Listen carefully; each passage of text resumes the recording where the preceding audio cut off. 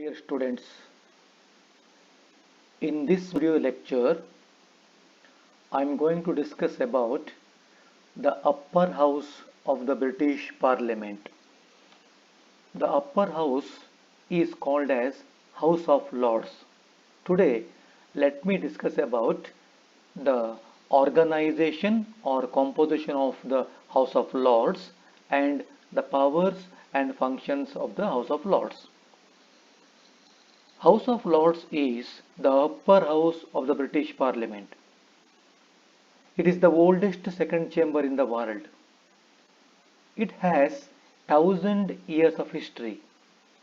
House of Lords is basically a hereditary house. It represents the royal and the aristocratic section of population. In 1295, King Edward I called his model parliament to discuss issues as a single assembly. But the difference of opinions among its attendants make them to split into three groups: nobles, clergy, and commons. Later on, two aristocratic groups, that is, the clergy and nobles, having found their interests in common, came together to form a single body called House of Lords. Organization of the House of Lords. House of Lords is basically a hereditary house. Most of the members of the House of Lords are appointed members and not elected members. Membership was once open only for hereditary peers, but under the House of Lords Act 1999, the right to hereditary membership was restricted to 92 peers only. House of Lords is a permanent house and most of the peers hold office for the whole life. They are called as life members. Its male members are called peers and female members are called peeresses. The membership of the House of Lords is not fixed. The size of the House of Lords has varied greatly throughout its history. In 1700, the House of Lords had just 50 members. It was increased to a record size of 1330 in 1999. In 2000, it was reduced to 669. In 2011, the House of Lords had consisted of 650 members. In 2014, there were 774 members. It was increased to 826 in 2015. At present, there are 822 members. But in 2017, a report says that many members of the House of Lords, particularly the life peers, do not attend the House regularly. House of Lords consists of 7 categories of members. They are: 1. The Princes of Royal Blood. This category included male members of the royal family who have attained maturity and are conferred the title of Duke. They were not participating in the meetings of the House except on rare occasions. 2. Hereditary peers. Hereditary peers were appointed by the Crown, had constituted the majority of the members of the House of Lords, but persons below 18 years of age, aliens, bankrupt, criminals, and women were excluded from its membership. Since 1963, women had been included. 3. Representative peers of Scotland. Originally, there were 16 such members, and were elected by the Scottish peers in accordance with the Treaty of Union of 1707. But the Peerage Act of 1963 had abolished the election system and they were appointed on hereditary basis. 4. Representative peers of Ireland. There were 28 representatives. However, when Ireland was declared a free state, no peers had been created. 5. Lords of Appeal or Law Lords. Initially, there were 9 members, but later it was increased to 12. They were appointed by the Crown from among the distinguished jurists. They used to assist the House in the performance of its judicial functions. They were life members. 6. Lords Spiritual. There were 26 Lords Spiritual. 2 were Archbishops of York and Canterbury, and 24 were senior bishops of the Church of England. 7. Life peers. Life peers were created under the provisions of Life Peerage Act of 1958. They were the persons who had held high offices in the state and had retired. There were about 615 life peers and peeresses. Present composition of the House of Lords. At present, the membership of the House of Lords consists of Lord Spiritual and Lord Temporal. There are 26 Lords Spiritual and they are the bishops in the Canterbury Church of England. Of the Lords Temporal, the majority are life peers who are appointed by the King on the advice of the Prime Minister or the House of Lords Appointment Commission. However, they also include some hereditary peers. The total 822 members who sit in the House can be divided into 4 categories. 1. Life peers. The largest group of Lords Temporal is life peers. There are 692 life peers. Life peers are created by the King who acts on the advice of the Prime Minister or the House of Lords Appointment Commission. By convention, the Prime Minister allows leaders of other parties to nominate some life peers so as to maintain political balance in the House of Lords. Moreover, some non-party life peers can also be nominated by the House of Lords Appointment Commission. 2. Hereditary peers. There are 92 hereditary peers.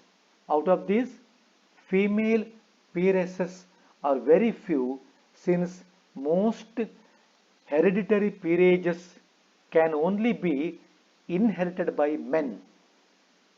3. Lord Spiritual. Their number is 26. These are the Archbishops of York, the Archbishop of Canterbury, the Bishop of London, the Bishop of Durham, the Bishop of Winchester, and 21 longest serving bishops from other dioceses in the Church of England. 4. Law Lords or Lords of Appeal. There are 12 Law Lords in the House. They are group of individuals appointed to the House of Lords so that they could exercise its judicial functions. By a convention of the House, Lords of Appeal do not take part in debates on new legislation for the purpose of maintaining judicial independence. They are appointed for life, but they usually retire at the age of 70 or 75. If his or her term is extended by the government, after reaching 75 years of age, the law lords will not hear cases in the House of Lords. Qualifications for the membership of House of Lords. The following are the qualifications to become the member of House of Lords. 1. Only the citizens of the United Kingdom, Commonwealth citizens, and the citizens of Ireland and can become the member of House of Lords. The 1701 Act of Settlement had restricted the membership only for the natural born citizens of England. However, the British Nationality Act of 1948 has abolished the restriction. 2. No person can sit in the House of Lords if he is below 21 years of age. 3. A person may not sit in the House of Lords if he is the subject of a bankruptcy restrictions order, or if he is adjudged bankrupt, or if his estate is sequestered. 4. A person convicted of high treason is barred from sitting in the House of Lords. However, an individual serving a prison sentence for an offence other than treason is not automatically disqualified. 5. Until the Life Peerages Act of 1958, women were excluded from the House of Lords, and hereditary peeresses were continued to be excluded until the Peerage Act of 1963.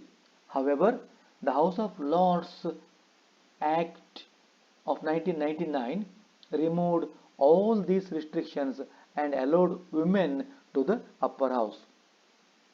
Privileges of the members of House of Lords. Members of House of Lords enjoy the following privileges. 1. Freedom of speech and exemption from arrest while the House in session. 2. Right to approach the King individually for discussing public affairs. 3. Right of recording a protest or criticism against any decision of the majority in the House. 4. Earlier, members of the House of Lords could not seek election to the House of Commons, but under the Peerage Act of 1963, any hereditary peer can disclaim his peerage and contest the election. Removal from membership. A member of the House of Lords can be removed from his membership if 1. A member of the House of Lords tender his resignation to his membership. 2. A member may be removed from the House of Lords for long and continuous absence for the sessions of the House. 3. Expulsion upon conviction for a serious criminal offence. Sessions of the House. The House of Lords meets at the Palace of Westminster. Every opening session of the House of Lords begins with Queen's Address. This is called as Queen's Speech. Speech by the Queen is nothing but the agenda of the government. This speech is delivered in the presence of the members of both houses of the Parliament. Tenure. The House of Lords is a permanent house. It has never been dissolved since its inception. The dissolution of the Parliament means dissolution of House of Commons only. House of Lords is free from dissolutions. Presiding officer or Speaker of the House. The Lord Chancellor is the presiding officer of the House of Lords. He is a member of the cabinet. He is appointed by the Queen on the advice of the Prime Minister. His power as presiding officer is insignificant as compared to the Speaker of House of Commons. He does not have the power to recognize members who wish to speak. If two or more members rise simultaneously to speak, the House and not the Lord Chancellor decides who shall speak first. He does not have the power to control the House. His role as a presiding officer is only a formality. Powers and functions of House of Lords. House of Lords enjoy very limited powers. Therefore, it is considered as the weakest second chamber in the world. The Parliamentary Acts of 1911 and 1949 virtually abolished all powers of the House of Lords. Until then, the House of Lords used to enjoy equal powers with the House of Commons. The present powers of the House of Lords, as determined by the Parliamentary Act of 1911 and 1949, may be discussed as follows. 1. Executive powers. The House of Lords has very limited executive powers. It does not control the government. It cannot force the Prime Minister to resign, or it cannot pass a vote of no confidence against the government. It cannot remove the ministers from office. Most of the cabinet ministers are drawn from the House of Commons. Since 1902, all prime ministers have been chosen from the House of Commons. The important executive functions of the House of Lords are: A. The House of Lords can debate governmental policies with the intention of influencing the general public. B. The members can ask questions and seek information from the government. C. Members of the House of Lords can be appointed as ministers, but the cabinet ministers are neither individually nor collectively responsible to the House of Lords. D. The ministry is not obliged to pay any attention to a hostile vote in the House of Lords. 2. Legislative powers. The legislative powers of the House of Lords is also limited. Theoretically, a non-money bill may be introduced in either house of the Parliament, but in practice, majority of bills are introduced in the House of Commons. The House of Lords can act as a check on the House of Commons on legislative matters.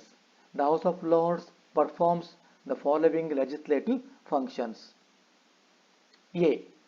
The House of Lords can debate, scrutinize and review the bills passed by the House of Commons, but it cannot reject them. Under the Parliamentary Acts, certain types of bills may be presented for the royal assent.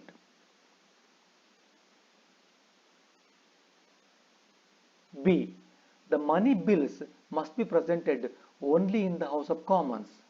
C. Other public or non-money bills cannot be delayed by the House of Lords for more than 2 parliamentary sessions, that is 1 year. D. Whatever it is, a money bill or ordinary bill, the House of Lords should approve it within a stipulated time period. If it does not, it becomes a law having received the royal assent. 3. Financial powers. With regard to the financial matters, the House of Lords absolutely has no power. A money bill can be presented to the King for his assent by the House of Commons even if the House of Lords does not agree with it. The financial powers of the upper house include: A. The House of Lords can neither originate nor amend a money bill. However, it can delay a money bill for a maximum period of 1 month. B. The House of Lords has no veto power over public bills introduced and approved by the House of Commons. C. The budget is submitted to the House of Commons. D. The House of Lords has no power or influence over the tax system of the country. Judicial powers. Historically, the House of Lords used to perform our judicial functions. It served as a court for the trials of peers, for impeachment cases, and as a court of final appeal in the United Kingdom. It worked as a court for hearing appeals from the lower courts. It had a judicial committee of law lords headed by Lord Chancellor to decide the cases appealed to it.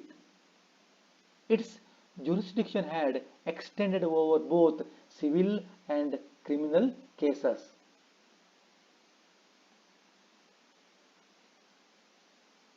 However, the Constitutional Reform Act of 2005 abolished the judicial functions of the House of Lords except power on impeachment and transferred these powers to newly formed Supreme Court of the United Kingdom. This act also transferred some of the judicial functions of the Judicial Committee of the Privy Council to the Supreme Court. Thus, the House of Lords is no more a judicial organization in England. Thus, the House of Lords performs only limited functions. It plays only a delaying and secondary role in lawmaking. It has little role in financial matters also. Most of its judicial powers have been transferred to the newly constituted Supreme Court. House of Lords mostly act as a deliberating body of senior citizens of the country. Virtually, it is a powerless house. Thank you.